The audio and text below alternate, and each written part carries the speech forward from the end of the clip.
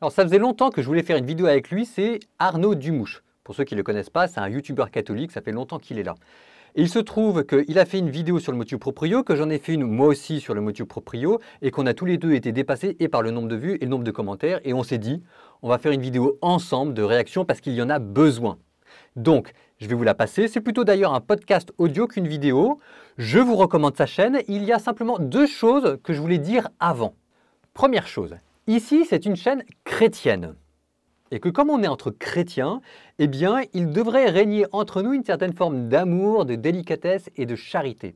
Je dis ça parce que si par hasard, dans le millier de commentaires que j'ai eu sur la dernière vidéo, vous tombiez au hasard de votre lecture sur un commentaire qui traitait le pape d'hérétique, qui disait que les tradis étaient tous des fachos, etc., je me permettrai de vous rappeler qu'il y aura un jugement dernier et que le Christ a dit que pour toutes les paroles que l'on dira, nous passerons en jugement.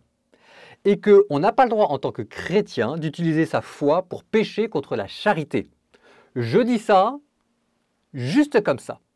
Je ferme la parenthèse. Deuxième type de personnes auxquelles je voulais faire droit parce que dans leurs commentaires, elles m'ont impressionné par leur humilité, leur amour de l'Église et leur obéissance. Et en ce moment, c'est pas facile pour elles.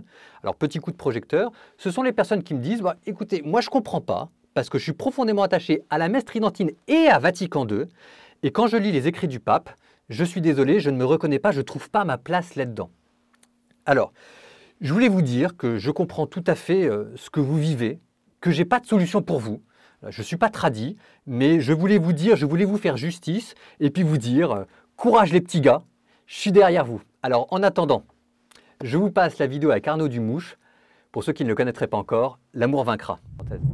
Bonjour, nous sommes le 21 juillet 2021. Et je me présente, je m'appelle Arnaud Dumouche, je suis belge, je suis un théologien laïque et devant moi le frère Paul Adrien qui peut se présenter s'il veut, que tout le monde connaît d'ailleurs. Alors moi je suis le frère Paul Adrien d'Ardemar, je suis un frère dominicain de l'ordre des prêcheurs et j'ai une chaîne YouTube qui s'appelle L'amour vaincra. Et c'est une chaîne absolument magnifique que j'ai découvert, mais on est complètement en communion, on peut dire, entre frère Adrien et moi, même si on va se battre théologiquement peut-être là, mais peu importe, parce que il m'a dit, c'est un grand compliment que moi je l'avais inspiré, et moi je lui dis qu'il a de l'humour que je n'ai pas, donc c'est formidable. Je confirme, Arnaud est dans la place depuis bien plus longtemps que moi et j'ai pris exemple sur lui. Et alors, le premier débat qu'on fait aujourd'hui sera peut-être la suite, le premier d'une série qu'on va faire, consiste à regarder le fameux document du pape François qui est sorti tout à fait récemment, exactement le 16 juillet, qui s'appelle Traditionis Custodes et qui met une restriction très très sévère aux communautés, aux petites communautés paroissiales qui célébraient selon le rite de Saint Pie V. Ça veut dire selon le missel de 1962 en latin publié par le pape Paul VI et qui avait eu une autorisation véritablement de s'exercer d'abord par Jean-Paul II puis surtout par Benoît XVI qui avait décrété qu'il y aurait un canon ordinaire, celui du missel de 1969, donc souvent en français avec plusieurs canons, dont le canon romain mais simplifié. Et puis le pape Benoît XVI avait décidé que quand il y aurait suffisamment de fidèles qui demanderaient à pouvoir célébrer dans le rituel de 1962 ou de Saint Pie V, donc du Concile de Trente, ils en auraient l'autorisation. Ce serait une liturgie de type extraordinaire, donc elle ne remplacerait pas la liturgie ordinaire. Et c'était une paix liturgique très sincère. Sa décision a été prise autour de 2007. Et le pape François, après en avoir enquêté auprès des évêques du monde entier, a décidé, par le document Traditionis Custodes, d'abroger ce document du pape Benoît XVI et de faire que maintenant, eh bien, pour obtenir l'autorisation, il faudrait l'autorisation explicite des évêques, c'est-à-dire des ordinaires des lieux, qui pourraient la refuser. Voilà. Et si vous avez d'autres choses pour résumer, mon père, n'hésitez pas. On sentait que c'était dans les cartons depuis quelque temps. D'une certaine manière, on n'est pas surpris que ça arrive. Je note qu'il y a beaucoup de surprises par contre sur la réception et sur la manière dont le document a été mis en œuvre. Ça, je pense qu'on en parlera. C'est parfaitement ça. Ça veut dire qu'il y a eu un motu proprio de Benoît XVI qui a permis de faire évoluer les choses, évoluer une certaine forme de discorde liturgique entre les mouvements tradis et puis les autres mouvements de l'Église. Et là, le pape, après avoir fait une enquête, dit-il, et après avoir recueilli l'avis des évêques, décide d'abroger le motu proprio. Alors, il ne le dit pas. Il ne dit pas qu'il abroge le motu proprio, mais par contre, sur énormément de concessions qui avaient été accordées par le motu proprio de Benoît XVI, il revient dessus. Donc, en fait, si jamais formellement, il n'abroge pas le motu proprio, en tout cas, les concessions qu'il avait données, il met une restriction très importante. Et alors, les traditionalistes, on peut le reconnaître, hein. D'ailleurs, c'est pour ça que vous avez accepté de faire cette vidéo avec moi, quand vous avez vu les commentaires qu'il y avait sur Internet, qui étaient parfois violents, mais je vous laisse en parler tout à l'heure. Eh bien, ils disent, c'est injuste, regardez, regardez comment on nous traite, nous, qui essayons d'être fidèles à l'Église, et comment, par ailleurs, il y a un grand laxisme en ce qui concerne, par exemple, les prêtres allemands qui actuellement voulaient faire une démarche synodale, qui ont fait des mariages dans des couples homosexuels, etc. Donc, comme une souffrance de la part des milieux traditionalistes très dure. Et vous pourriez parler, je crois, des commentaires que vous aviez vus sur Internet. Oui, c'est une des raisons là qui, outre le plaisir que j'ai de faire une vidéo avec vous, c'était aussi une des raisons que j'ai de faire cette vidéo, parce que j'avais fait cette vidéo pour exprimer une certaine forme d'empathie envers ceux qui s'étaient sentis blessés. C'est ce que l'apôtre Saint Paul dit, quand quelqu'un souffre dans l'Église, c'est toute l'Église qui souffre, et j'avais voulu exprimer ma sympathie. Mais là où j'étais étonné, c'était de voir l'ampleur et du nombre de vues et du nombre de commentaires. J'en suis à presque 1000 commentaires. Alors, je pense que vous aussi, vous avez les vôtres. Il y a à boire et à manger dans les commentaires. Il y en a qui sont très durs, il y en a qui ne comprennent pas, il y en a qui sont de bonne foi, il y en a qui sont dans la caricature. En tout cas, ce qui est sûr, c'est que je me sentais un peu obligé sur ma chaîne, avant de repartir sur mon rythme normal de publication, parce que normalement, j'ai une chaîne qui est plutôt à vocation missionnaire auprès des jeunes, pour essayer de leur faire découvrir le Christ avec, comme vous le disiez, de l'humour. Mais je voyais mal passer d'un sujet qui manifestement avait autant blessé les gens à mes petites capsules vidéo d'habitude. Donc, je suis très content de pouvoir réagir à ces vidéos. Oui, tout à fait. Ça va être très important. Et d'ailleurs, je voudrais signaler que c'est fondamental, parce que le père Paul Adrien, il a à peu près 17 ans, comme vous le voyez, et donc il est de la génération des jeunes. Il la connaît bien, je plaisante évidemment, hein. Mais moi, je suis un vieux de 60 ans, un peu moins. Disons que, peu importe, c'est comme si deux générations se rencontraient. On pourrait dire, je suis de la génération Jean-Paul II et que vous êtes plutôt de la génération Benoît XVI. Mais ni l'un ni l'autre, nous ne sommes de la génération de mai 68. Ça, c'est clair. Nous voyons bien les mouvements qu'il y a en ce moment dans l'Église et que nous voyons bien qu'en ce moment, la forme extraordinaire est assez rayonnante, en tout cas, pour ce que j'ai pu en entendre parler. Alors, parfois, on entend des échos contrastés, hein. Alors, je sais bien que quand je lis les commentaires des gens, quand je lis vos commentaires, à vous lire, la forme extraordinaire, c'est la plus belle, la plus merveilleuse, et en dehors de la forme extraordinaire, il n'y a que ça. Bon, je me permettrai quand même de relativiser, hein. Il y a du bon, il y a du moins bon, comme dans toutes les formes, hein, n'exagérons rien.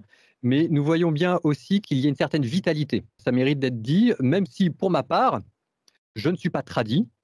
Je ne dis pas la messe en latin, ça m'est arrivé une fois, je n'ai pas d'appétence particulière pour la dire en latin, même si je reconnais ce que ça peut avoir de beau, mais ça vous permet aussi de voir qui parle et d'où on parle. Tout à fait. Et ça, on va en parler un peu plus après. Mais d'abord, peut-être un premier aspect. Alors, le plan qu'on va aborder, hein. L'aspect vrai débat sanglant, hein, etc. Est-ce qu'on a blessé ou pas? Ça, on va le voir, ça sera en fin de vidéo. On le garde exprès pour le suspense, pour que chacun de nos auditeurs reste jusqu'à la fin. Donc, on pourra discuter, est-ce qu'il faut obéir au pape? Est-ce qu'il faut quitter l'Église? Est-ce qu'il faut rejoindre la fraternité Saint-Pie X, etc. Mais là, ce que l'on va aborder, c'est deux points en premier. Premièrement, ce document, quelle valeur a-t-il? Est-ce que c'est un document dogmatique, donc qui implique notre foi théologale, ou un document pastoral? Et puis, deuxième point, on va aborder ce qu'on a vécu. Ce que moi j'ai vécu comme petit vieux, vraiment, je l'ai vécu, hein. Je suis né en 64, donc j'ai connu vraiment le début du concile, tout ça, tout ce qui s'est passé, les indélicatesses, etc. Et puis, voilà, on va essayer de refaire l'histoire de cette crise et essayer de voir l'intention du pape. Alors d'abord, le point de vue de ce que c'est que ce document. C'est un document pastoral. Je sais que les sédévacantistes refusent la distinction entre doctrinal et pastoral. Ils disent non, c'est du magistère. Donc ça engage les papes et c'est comme ça qu'ils disent qu'il n'y a plus de pape. Ben non. Dans l'Église, il y a des documents doctrinaux, quand le pape définit la foi, et parfois avec le magistère ordinaire, et là on doit y croire, par un acte de foi théologale. Ça veut dire qu'on est sûr que l'Esprit Saint a protégé les papes, et ça ne peut porter que sur une doctrine universelle concernant la foi ou la morale. du style, eh ben, pour la morale, la guerre est un mal. Oui, la guerre est un mal, toujours, quoi qu'il en soit. Et la pastorale, ça va être plutôt de dire, oui, la guerre est un mal, mais là, il faut faire la guerre à Hitler. Donc la pastorale, c'est un document lié à tel temps et tel lieu. Donc la guerre reste universellement toujours un mal, même la guerre à Hitler, mais si on ne la fait pas, c'est pire. Donc il y a un moindre mal à la faire, c'est absolument nécessaire, document pastoral lié à tel lieu, tel temps. Eh bien, cette constitution, plutôt ce motu proprio traditionis custodes, est un document pastoral qui pourra être réformé par un autre pape, de même que la constitution du pape Benoît XVI a été réformée par le pape François. Je ne sais pas si mon père, vous avez quelque chose là-dessus à dire. Vous avez bien fait de rappeler la distinction entre acte pastoral et acte magistériel. En fait, ce qui s'est passé, c'est qu'à Vatican II, on a eu des constitutions dogmatiques magistérielles, et puis on a eu Gaudium et Spes, qui était une constitution plutôt pastorale. Et que ça, c'est vrai, dans certains milieux, la distinction a été refusée. Mais dans un motu proprio, c'est ce que je disais dans ma vidéo, le pape n'engage pas son infaillibilité pontificale, ce n'est pas un acte magistériel. Ça veut dire qu'il peut dire une chose et puis le lendemain dire autre chose, parce que ça dépend du contexte, de l'opportunité, de la pédagogie et de l'intention qu'il y a derrière. Il y a un temps pour tout, dit l'Ecclésiaste, il y a un temps pour autoriser, il y a un temps pour interdire, etc. Faites attention, je le redis, ce n'est pas parce que le pape n'engage pas son infaillibilité pontificale que nous ne sommes pas astreints à une certaine forme de bienveillance. Au contraire. Donc ça, voilà. Maintenant, on a bien fait de rappeler cette distinction. Il y a aussi autre chose qu'il faut dire dans le statut du document. Alors peut-être que ça va aller un peu plus loin. C'est un document qui vient du Vatican. Je rappelle, pour que ce soit bien clair, que nous, catholiques, nous croyons qu'il y a une hiérarchie des autorités. Il y a d'abord la parole de Dieu et la Bible. Il y a les conciles, avec le pape qui représente l'ensemble de l'Église, et il y a la liturgie. Je le redis pour que ce soit parfaitement clair, parce que souvent, dans les arguments, on a la liturgie qui prend le plat sur tout le reste, et alors, ce qui me chagrine le plus, c'est qu'on a la parole de Dieu, la Bible, qui a complètement dégagé. Donc, on vous a rappelé la distinction magistère-pastoral, je vous en rappelle une autre, qui est la hiérarchie des lieux théologiques, la Bible, le concile, avec le magistère, et la liturgie. Tout à fait, ça c'est fondamental, d'autant plus que quand on regarde les formes de christianisme qu'il y a dans le monde, eh bien on voit que chacun a une tendance idéologique, à savoir, par exemple, chez les protestants, c'est la Bible seule, rien d'autre, pas de tradition, pas de magistère. Chez les orthodoxes, c'est la tradition, mais souvent toute seule. Ça veut dire que quand on leur dit, mais regardez, le magistère du pape a dit ça, ils regardent dans la tradition si unanimement les pères y ont cru. Et puis, chez les sédévacantistes, c'est uniquement le magistère, mais le magistère jusque, disons, 1950. Le magistère d'après, il est hérétique, c'est des mauvais papes.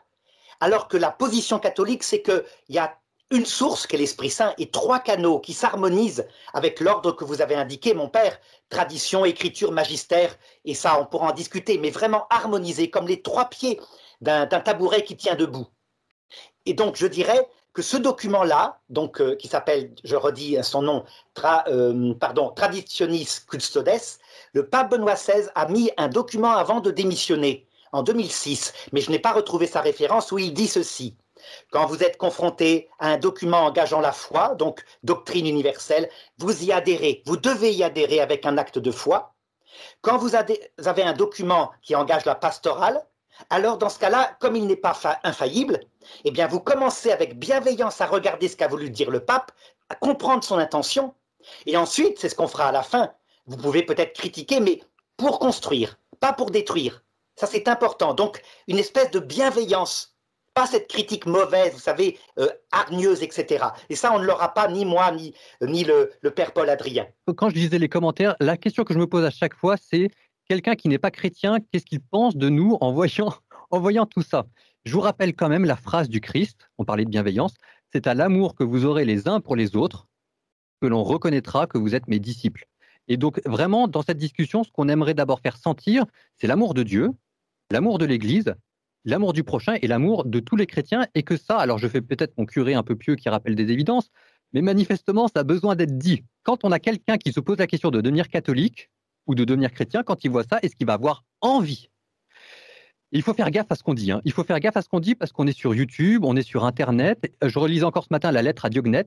C'est à la charité que l'on a reconnu les chrétiens dans les premiers siècles. J'espère qu'au XXIe siècle, on dira la même chose. Tout à fait. Eh bien justement, maintenant mon père, je vais raconter un peu ce que j'ai vécu. Et là, eh bien, on va être obligé de reconnaître que nous, catholiques, on est des pauvres pécheurs, hein. On a simplement la joie, la grâce d'avoir reçu l'Évangile. Et c'est extraordinaire, mais on ne vaut pas mieux que les autres. D'ailleurs, Jésus le disait, hein, bon, j'ai prophétisé en ton nom, va-t'en loin de moi, je ne te connais pas. Donc j'espère que ça ne nous tombera ni sur vous, ni sur moi. Mais voilà, moi je suis né en 64, le concile s'est terminé en 62. Et je n'ai pas constaté, je me suis rendu compte après, quand à 14 ans, je me suis converti, de ce qui s'était passé. Il s'est passé des faits que le pape Benoît XVI a reconnus. Ça veut dire qu'il s'avère que le Concile Vatican II a eu lieu à peu près 20 ans après la Seconde Guerre mondiale. Et ça, c'est une concomitance, mais que les intégristes, au sens littéral du terme, hein, les vrais, c'est-à-dire surtout les sédévacantistes, qui sont très durs, qui disent qu'il n'y a plus de pape à Rome, eh bien, ne le voient pas. Eux, ils disent c'est la cause, c'est le Concile Vatican II qui a provoqué l'écroulement de tout. Je pense que c'est plutôt mai 68 qui était concomitant. Il ne faut pas confondre une cause et une concomitance. Ça veut dire que une partie du clergé catholique à cette époque-là, en Occident uniquement, a appliqué les consignes du Concile, mais pas du tout en les durcissant. Ils appelaient ça l'esprit du Concile Vatican II. Ça veut dire, par exemple, ils ont dit « Ah, on a enfin une rupture. Maintenant, ce qui va compter, c'est la charité fraternelle. » Le bien envers les autres, l'augmentation du niveau social des pays, des peuples. Et puis, tous les anciens discours, là, où on centrait tout sur la vie après la mort, les choses comme ça, eh bien, sont relativisés. Et dans la liturgie, ces gens-là, le clergé de l'époque, qui maintenant a à peu près 80 ans, hein, eh bien, ont interdit vraiment la communion, par exemple, dans la bouche, ont supprimé les bancs de communion, les statues parfois des saints, la dévotion populaire, vraiment. C'était considéré comme quelque chose qui devait disparaître. Donc c'est comme si la dimension verticale, vous voyez, celle qui mène à la contemplation, était remplacée par une dimension horizontale. Alors, moi je les comprends, hein. Il faut dire qu'au siècle d'avant, souvent c'était l'inverse. On se rappelle le clergé, par exemple, qui n'était pas social à un moment donné, qui disait aux ouvriers qui souffraient le martyre dans les entreprises, mais vous aurez la vie éternelle, souffrez maintenant. Donc c'est comme des phénomènes de balancier, un excès, l'amour du prochain, mais quelquefois contre l'amour de Dieu, suivi d'un excès, l'amour de Dieu, mais quelquefois on oublie l'amour du prochain. Donc ça, je ne sais pas, vous ne l'avez pas connu, vous mon père, hein, n'est-ce pas? Non, moi je suis venu après, mais par contre j'ai vu les conséquences, c'est-à-dire que j'ai vu que dans ma famille, il y avait une partie de ma famille qui refusait, qui était lefévriste. Il y en avait une autre qui ça ne posait aucun problème. Moi, dans ma famille, je n'ai pas vu tous ces problèmes, je suis venu après. J'ai par contre, dans mon apostolat, il m'est arrivé de rencontrer beaucoup de personnes qui sont devenues musulmanes parce qu'elles ne retrouvaient pas dans nos églises le sentiment du sacré. Alors, une fois que je dis ça, entendez-moi bien, dans ma tête, il n'y a pas de jugement, il n'y a pas d'arrière-pensée, etc. Mais mon principal boulot, qui est de prêcher, qui est d'être missionnaire, qui est de rapprocher les cœurs et les âmes de Dieu, je mentirais en disant que si jamais je ne l'avais jamais entendu, j'ai entendu des personnes que les réformes liturgiques ont éloignées de l'Église. Et j'ai vu aussi dans mes communautés, je ne vais pas rentrer dans les détails parce que d'une certaine manière, ça fait partie de mon histoire personnelle religieuse, mais dans ma communauté, les dominicains, ça a laissé des traces. Ah Ça a oui, laissé des traces dans les couvents, on voit que même dans le mobilier, ça a pu laisser des traces. Donc, moi, je n'ai pas connu tout ça, mais j'ai bien vu les conséquences que ça pouvait avoir. ce qui veut dire la crise qu'il y a eu, une crise d'horizontalité vraiment. Et on peut dire que le peuple de Dieu, effectivement, s'est senti comme frustré, pas compris. Et il y a eu un écroulement de la pratique, mais qui ne venait pas du Concile. Le Concile n'a jamais dit ça. Par contre, il va y avoir à cause de ça une réaction qui se comprend aussi. C'est justement la réaction de Monseigneur Lefebvre. C'est-à-dire que cet évêque, archevêque de Dakar, émérite, hein, va dire « c'est lamentable, ça vient du Concile. Je crée une communauté qui va défendre la tradition, y compris dans la liturgie. » Et là, c'est une chose que je voudrais insister. On dit souvent que la fraternité sacerdotale Saint-Pédis, c'est la liturgie qui a fait qu'elle s'est sortie de l'Église. C'est une apparence. La liturgie, c'est la forme, mais il y avait le fond. Il y a eu vraiment un rejet pour la doctrine de Vatican II. Un certain nombre de points doctrinaux qui ont été mis par Vatican II, comme par exemple, hein, je vous en donne quelques-uns, les religions autres que le christianisme ne sauvent certes pas, mais elles contiennent des préparations, des semences qui préparent au salut, qui sera proposé à tous par le Christ d'une manière qu'il connaît. Gaudium et Spes 22.5. Donc dans un document pastoral, un propos dogmatique. Et ça, Ben, Monseigneur Lefebvre en particulier, et quand on écoute les vrais intégristes disent mais c'est n'importe quoi, c'est pas ce que disaient les papes de jadis. Les fausses religions conduisent en enfer. Il n'y a rien de bon en elles. Qui construit sans moi dissipe, disait Jésus. Donc c'est un discours très dur. Il y a donc quelque chose de doctrinal là-dessous. Je ne sais pas ce que vous en pensez, mon père. Je vous laisse commenter ce que je viens de dire. C'est vrai que manifestement, à lire le pape, l'intention qu'il y avait derrière, le pape dit qu'il est question de Vatican II, de savoir si jamais on l'accepte ou on ne l'accepte pas. Si jamais je lis les commentaires, j'entends beaucoup de personnes qui disent « moi je ne comprends pas, je suis traditionnaliste et Vatican II pour moi ne pose aucun problème ». Bon, mais j'ai aussi beaucoup de commentaires qui conspuent, qui critiquent et qui dénigrent Vatican II. Alors j'ai deux problèmes à ça. Le premier problème, c'est la manière dont c'est critiqué, parce que généralement, on s'est traité d'hérétique, de Satan, de franc-maçon, etc. Et c'est ce que je vous disais, je ne sens pas la parole de Dieu et l'évangile là-dedans. Jésus n'a jamais traité quelqu'un d'hérétique, et les seuls qui disent qu'un homme est inspiré par Satan, ce sont les pharisiens, ce n'est pas Jésus. Oui. Donc voilà, première chose, faites attention, parce que quand même, il y a des mots. Et puis la deuxième chose, c'est que il n'y a jamais aucune critique précise de Vatican II qui est formulée. Dans aucun de mes commentaires que j'ai eus, et j'en ai eu à peu près 1000, c'est l'esprit de Vatican II qui est critiqué. Alors ça devient les choses un peu plus compliquées parce qu'on ne sait pas exactement ce que ça veut dire. Alors je pense qu'il y a deux choses, c'est la notion de dialogue et la notion de modernisation, l'aggiornamento qui avait été proposé par Vatican II. Alors, oui, il y a des questions doctrinales précises, j'ai l'impression, mais elles ne reviennent pas. C'est plutôt une sorte d'esprit que Vatican II aurait insufflé et sur lequel certains milieux se rebifferaient. Donc, je l'ai dit, l'ouverture, le dialogue et la modernisation. Eh bien, moi, je connais bien ce que c'est que l'esprit de Vatican II parce que c'est toute ma jeunesse. Je me rappelle, quand je me suis converti au catholicisme, à un moment donné, j'ai pensé être missionnaire. Je suis allé voir un prêtre dans les années, vous voyez, peut-être 78 par là. Un prêtre en Bretagne, je me rappelle, il portait un pull à col roulé rouge. Et puis je lui dis, j'aimerais être missionnaire. Il me dit, mais il faut d'abord être infirmier ou médecin. Ce qu'il faut, c'est apporter un niveau de vie à ces pays-là. Et puis, d'autre part, heureusement, Vatican II a éliminé toutes les espèces d'absurdités, comme par exemple cette espèce de dogme de l'infaillibilité qui est sorti de la crise politique de 1870. Moi, je suis allé voir dans Vatican II et j'ai trouvé que ce n'était pas vrai. C'était l'inverse dans Lumen Gentium. Oui, l'infaillibilité était redite exactement pareil. C'était incroyable. Et donc, j'ai compris ce que c'était que l'esprit Vatican II après. C'est un peu la pensée d'un certain théologien qui s'appelle Hans Kung, qui est mort il y a d'ailleurs 1 an à peu près, et qui dit « Le but de Jésus-Christ, c'est de créer le bonheur ici-bas. Et c'est tout. Et vous êtes en train d'en faire quelque chose de complètement fanatique avec votre eschatologie. Non, il nous veut debout et heureux ici-bas. » Donc c'était un esprit d'humanisme quasiment sans Dieu. Je suis peut-être un peu dur, mon père, mais allez-y, je vous laisse commenter. Non, mais ce qui mérite d'être dit, c'est que quand vous parlez de cet esprit-là, il faut dire que c'est quelque chose qui a récupéré Vatican II. Oui. Hans Küng, dont vous avez parlé, donc c'est vrai qu'il se réclame de tout ça, mais Hans Küng a été ensuite condamné par l'Église catholique. Il n'avait plus le droit d'enseigner en tant que théologien. Donc c'est vrai qu'il y a énormément de personnes qui se sont servies de Vatican II pour leur agenda personnel. Et c'est pas Monsieur Dumouche qui le dit, c'est pas moi qui le dis, ce sont les plus grands théologiens de Vatican II.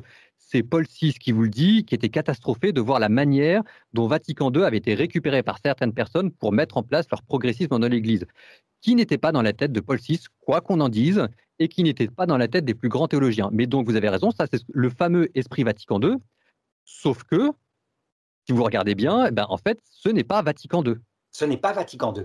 Et alors, la suite, c'est que Benoît XVI, qui a constaté cette espèce de crise qui déchirait l'Église, là, on se déchirait, ceux qui communiaient dans la main, ceux qui communiaient dans la bouche, ceux qui communiaient dans la main exclusivement disaient « ceux-là sont des intégristes », et ceux qui communiaient dans la bouche disaient « ah ben, ils communient dans leurs mains dégoûtantes de péché ».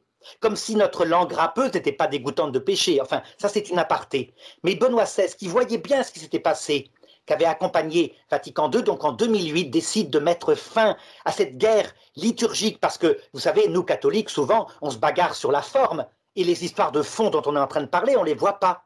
Et donc c'est là qu'il établit son motu proprio Summorum Pontificum, où il permet que la liturgie en forme extraordinaire soit autorisée, et surtout, il demande qu'on remette dans la liturgie, donc de 1969, donc celle de Vatican II, des gestes de respect.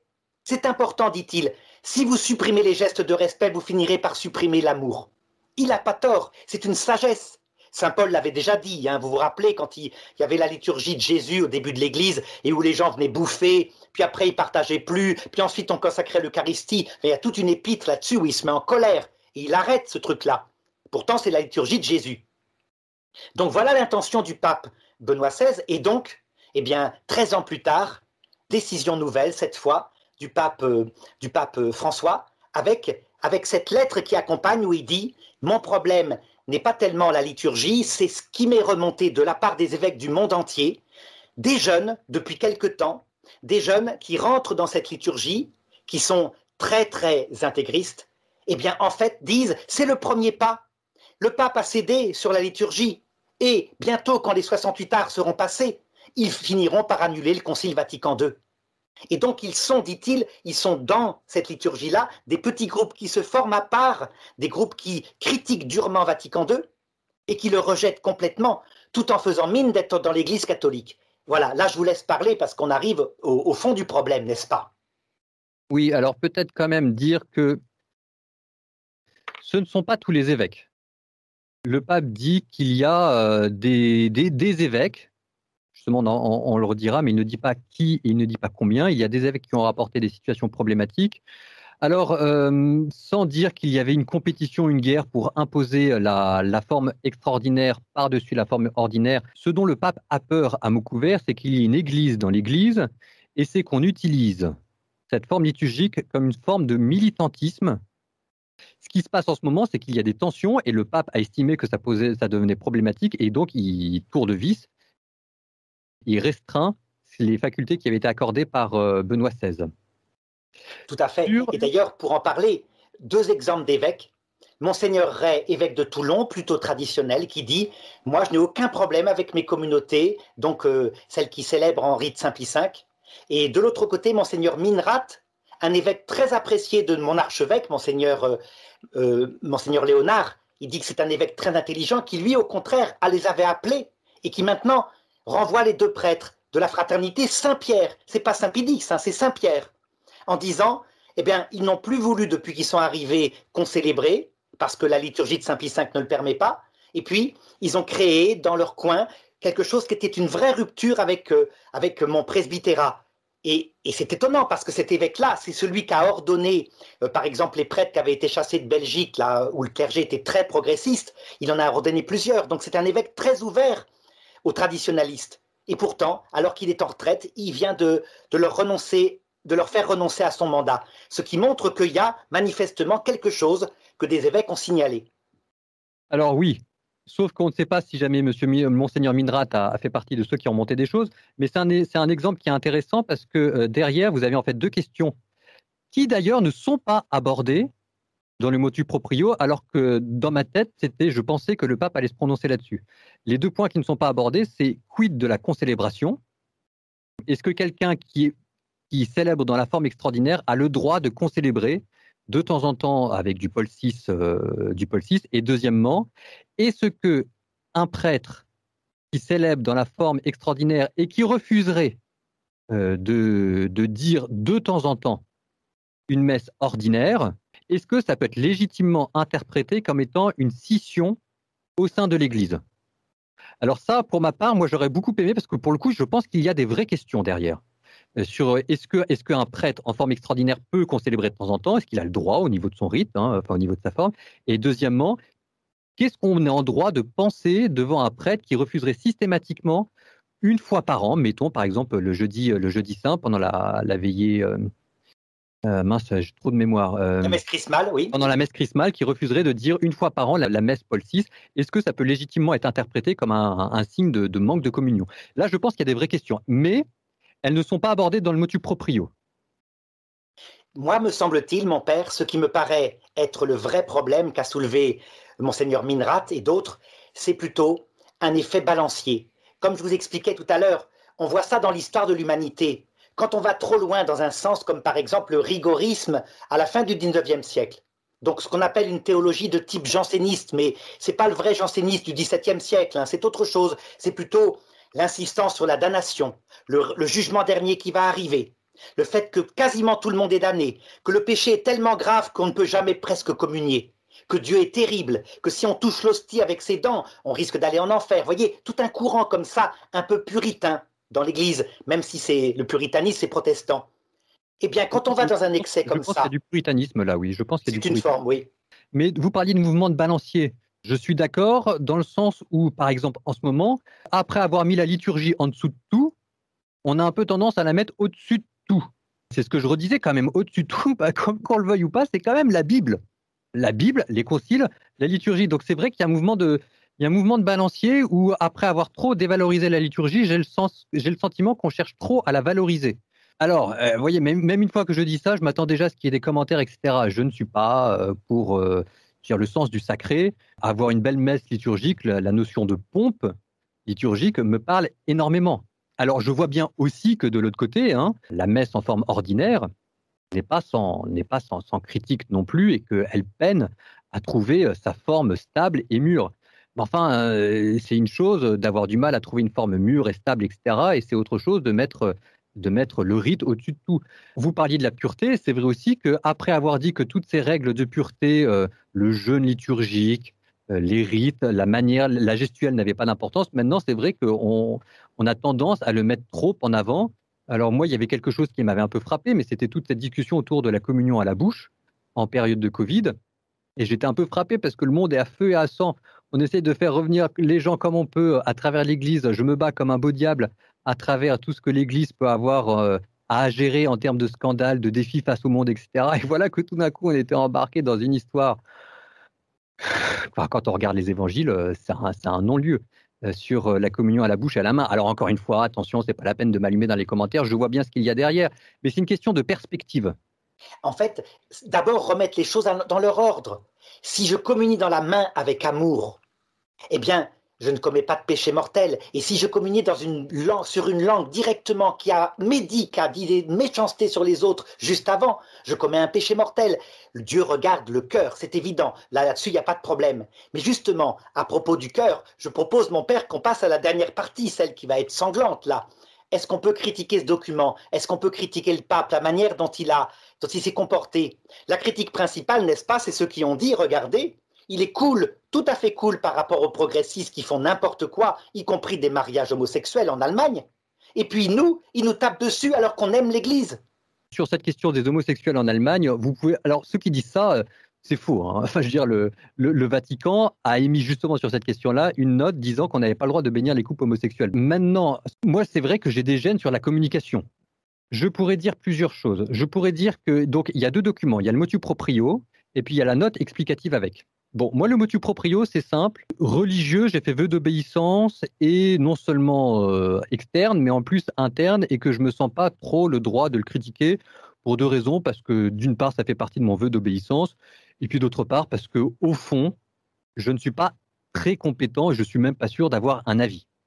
Bon, maintenant, ce que je peux constater, c'est que la note explicative qui va à côté ne m'aide pas à répondre aux critiques qui peuvent être formulées. Vous avez un texte qui vous donne la loi, et puis à côté, vous avez justement ce que je vous disais, la note explicative, cette fois-ci qui est adressée aux évêques, qui permet d'expliquer non seulement l'intention, mais qui permet d'aller un peu plus loin, puis éventuellement d'aborder des points litigieux. Je le dis autrement. Moi, quand je prépare une vidéo, je pense aux critiques qui vont m'être formulées et je cherche au cours de ma vidéo sur YouTube à déminer les éventuelles critiques que je pourrais avoir.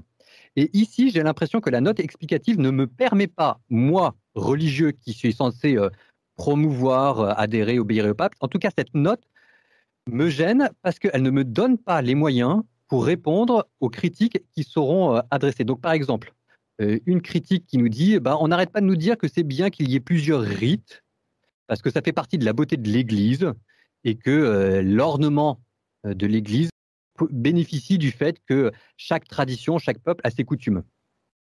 Si jamais je prends la note explicative, je ne peux pas répondre à la critique qu'il y a derrière. Ça veut dire que forme extraordinaire, la diversité, normalement, est un enrichissement de l'Église.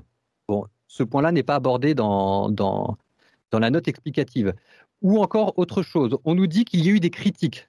On nous dit que les évêques ont fait remonter des situations problématiques.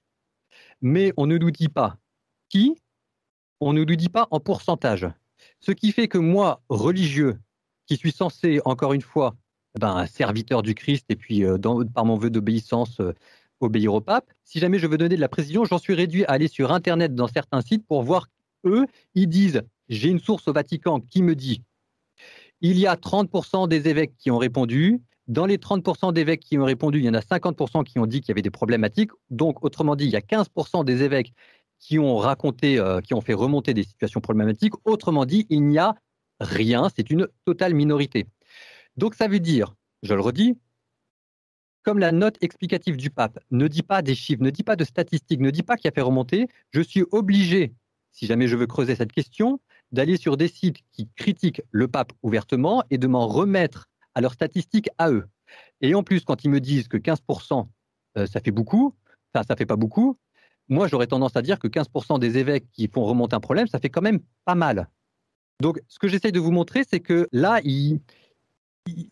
la note explicative ne me permet pas de répondre à la question du combien d'évêques et quelle situation. Ou encore, je le reprends autrement. On nous dit qu'il y a des situations problématiques. Ça va concerner qui? A priori, ça concerne 2 principaux pays, parce que c'est les 2 principaux pays qui sont touchés par ces questions-là, c'est à savoir la France et les États-Unis.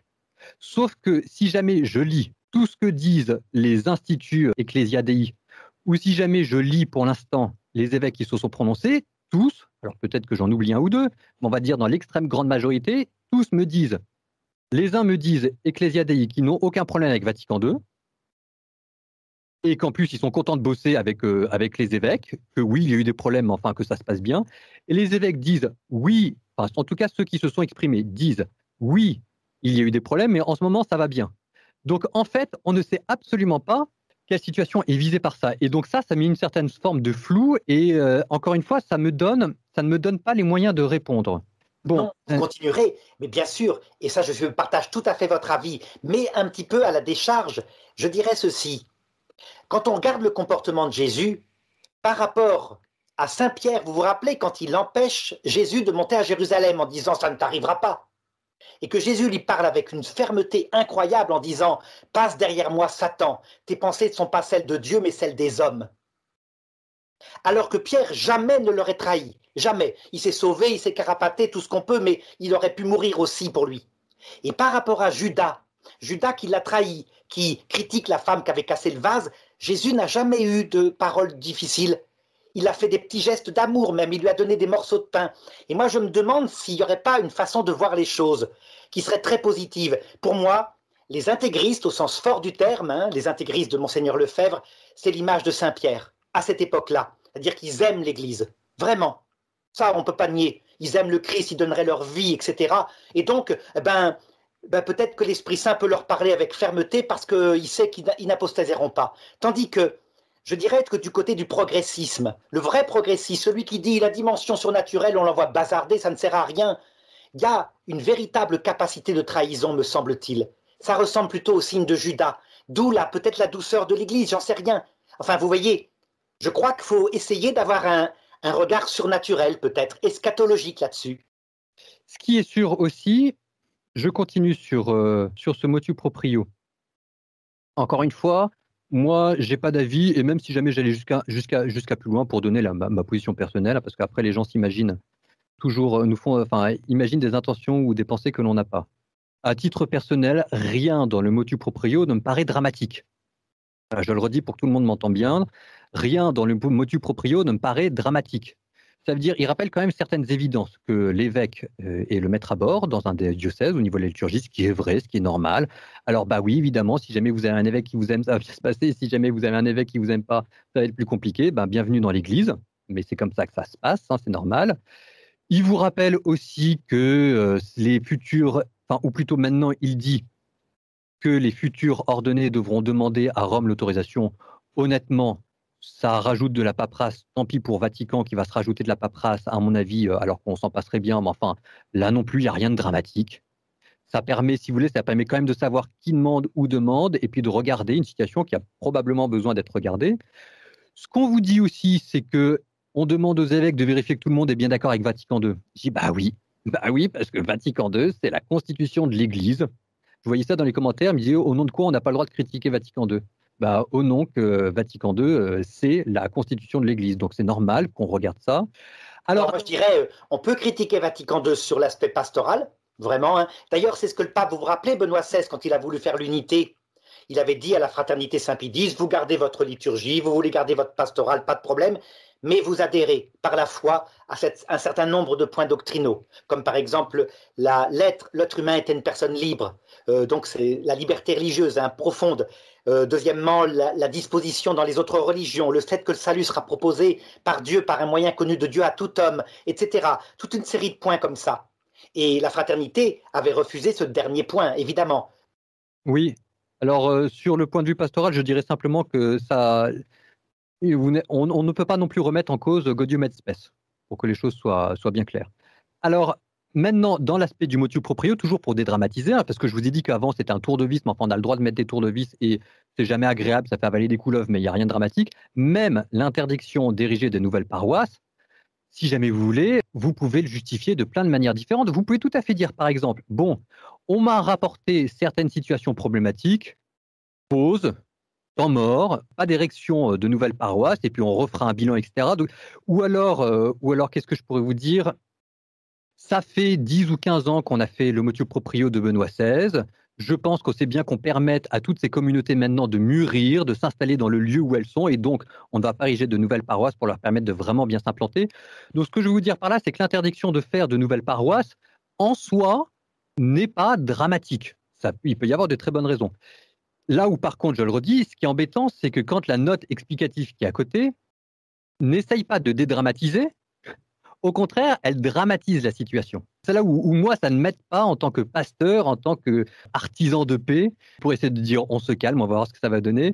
Donc c'est là où j'ai un problème au niveau de la communication. Donc par exemple, je disais, au contraire, il y a une possibilité, il y a des gens qui sont de bonne foi dans les mouvements tradis, qui reconnaissent Vatican II, qui n'ont aucun problème avec ça, qui aiment le latin, qui aiment le missel de Jean 23. Bon, très bien. Il y a des gens qui se sont convertis en allant à ces messes-là. Il y a des gens que ça fait grandir vers Dieu. Il y a des gens qui ont accepté. Là, j'ai encore eu un témoignage tout à l'heure d'un prêtre qui me disait, moi, le motu proprio du pape Benoît XVI, on m'a demandé de faire confiance. J'ai fait confiance. On ne m'a jamais dit que c'était une parenthèse miséricordieuse qui m'était octroyée avant que je transite vers le rite Paul VI. Donc, ce que je veux dire, c'est qu'il y a toute une catégorie de tradis de bonne volonté qui n'arrivent pas à trouver leur place dans la note explicative qui accompagne le motu proprio. C'est là où, plutôt qu'une critique, moi j'ai une gêne parce que si vous voulez, en fait, je ne sais pas quoi leur répondre. Quelqu'un qui me dit, moi je ne comprends pas, j'entends ce que vous dites, j'entends l'obéissance, mais quand même, c'est un peu un document qui a un ton un peu vexant et je ne me reconnais pas dans les critiques qui sont adressées et c'est faux. Je ne dis pas Vatican II c'est mal, etc. Il a l'impression d'être mélangé avec toute cette mouvance qui remet en cause, au contraire, Vatican II. Et donc c'est là où moi j'ai une gêne, c'est que ce document ne me permet pas de leur répondre. Moi, je dirais, il faut réagir comme les Italiens. Les Italiens, ça fait 2000 ans qu'ils ont les papes chez eux. Et ils savent très bien que les papes, parfois, il y en a qui ont excommunié des régions entières. Et ils prennent ça avec humour. Ça veut dire qu'ils savent parfaitement distinguer les choses. Alors que la réalité, maintenant, au-delà de ces querelles liturgiques, c'est qu'on est des croyants et qu'on doit mêler ensemble, et là, mon père, je pense que vous serez d'accord, la vérité doctrinale, on doit la dire avec Benoît XVI, avec Jean-Paul II. Et puis l'amour qu'on doit dire avec Jean 23 et François. Les deux ensemble, jamais l'un sans l'autre. L'un sans l'autre, c'est le diable.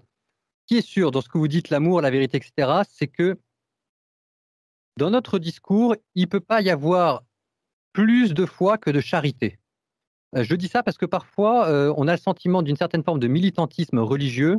Et ça, c'est pas. Voilà, donc c'est ce qu'on vous dit, tenir à la fois la vérité et la charité. Ça veut dire que la foi, même la liturgie, est un moyen pour la charité.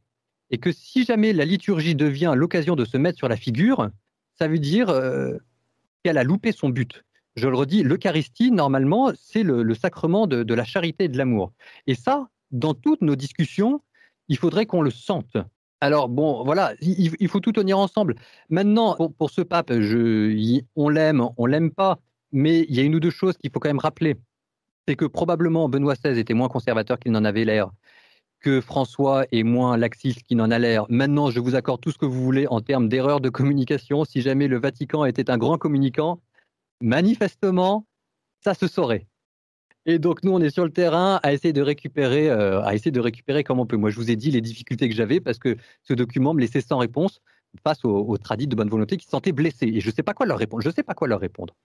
Bon, maintenant, écoutez, l'obéissance est la marque la plus forte de la charité. Donc ça, il faut que ce soit dit, il faut que ce soit clair. Alors évidemment, c'est toujours facile d'obéir à un pape que l'on aime et plus difficile d'obéir à un pape que l'on n'aime pas.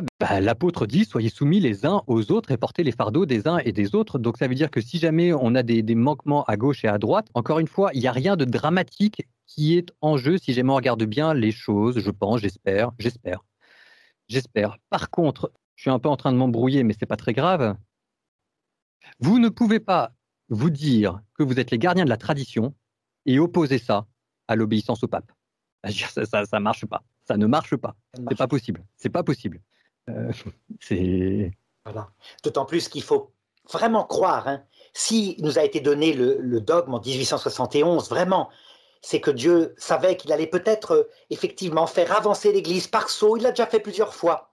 Et donc, à mon avis, moi, en tout cas, j'ai aucun problème ni avec le pape Benoît XVI, ni avec le pape François. Je trouve qu'ils sont absolument complémentaires. Vraiment. Ça veut dire que, par exemple, on a critiqué, vous savez, vous vous rappelez, mon père, ce manifeste de 50 théologiens qui traitaient le pape François d'hérétique.